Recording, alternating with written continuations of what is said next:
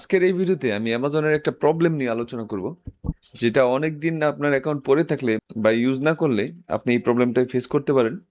প্রবলেমটা হচ্ছে verify your identity two reactive your Amazon account. আপনার অ্যামাজন অ্যাকাউন্টটা যদি রিঅ্যাক্টিভ করতে চান সেক্ষেত্রে আপনার ভেরিফাই করতে হবে। তো অ্যামাজন সেলার সেন্টার যে অ্যাকাউন্ট আছে বর্তমানে আমার হোল্ডে আছে, সেটা কীভাবে রিঅ্যাক্টিভ করবেন সেই বিষয়টাই দেখাই। রিসেন্টলি আমি একটা মেল রিসিভ করছি অ্যামাজন থেকে, তো এই হচ্ছে মেল। তো অনেকদিন ইনঅ্যাক্টিভ, সেজন্য এখন আমরা অ্যামাজন সেলার সেন্টারে লগ ইন করে নিই। তো দেখেন, এই তো আমি লগ ইন করে নিয়েছি। লগ ইন করার পরে ফার্স্ট আমি এই অপশনটা পেলাম। তো এখান থেকে আপনি যেই কান্ট্রিতে আপনি বিজনেস করতে চান ঠিক সেই কান্ট্রিটা চুজ করবেন। আমি ইউএসএ দিলাম, এরপর জাস্ট সিলেক্ট অ্যাকাউন্ট। দেখেন আমার অ্যাকাউন্ট কিন্তু বর্তমানে ইনঅ্যাক্টিভ আছে, ইউর অ্যাকাউন্ট ইজ ইনঅ্যাক্টিভ। তো সেই জন্য আমার অ্যাকাউন্টটা হোল্ডে আছে। তো আমরা এখন অ্যাক্টিভ করব, এর জন্য কন্টিনিউ করে নিলাম। এখন আবার আমরা লগ ইন করে নিই। তো ডিটেলস দিয়ে দিলাম, ডিটেলস দিয়ে আমি লগ ইন করে নিলাম। তো যে কার্ডটা আছে সেই কার্ড থেকে চার্জ করতে পারতেছে না, এখানে একটা ইস্যু আছে। এখন আমরা যদি রিপ্লেস করে অন্য কোনো কার্ড দিয়ে দিই তাহলে আমার অ্যাকাউন্ট অ্যাক্টিভ হয়ে যাবে। আগে আমি যেটা দিয়ে পেমেন্ট করছি সেই কার্ডটা চেঞ্জ করতে হবে। আর এদিকে আমি সেলার সেন্টারে চলে আসলাম, হোম পেজে।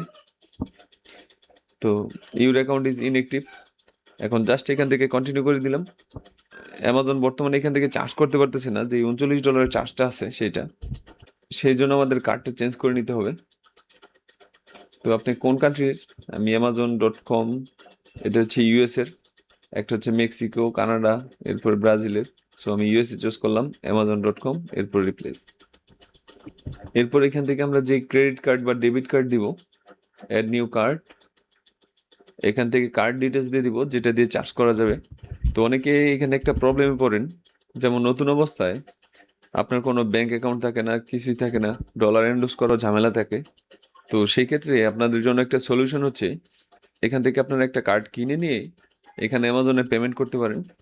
সেক্ষেত্রে আপনার ডলার এন্ডোসের বা ব্যাংক অ্যাকাউন্ট করার ঝামেলাটা হবে না। তো কোন সাইট থেকে কিনবেন সেটা আমি ডিসক্রিপশনে দিয়ে রাখবো, তাহলে আপনারা সেখান থেকে নিয়ে নিতে পারবেন।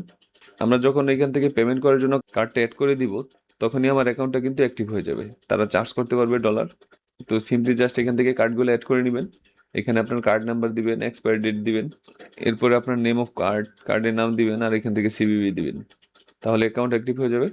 তো এই ছিল মোটামুটি ভিডিও।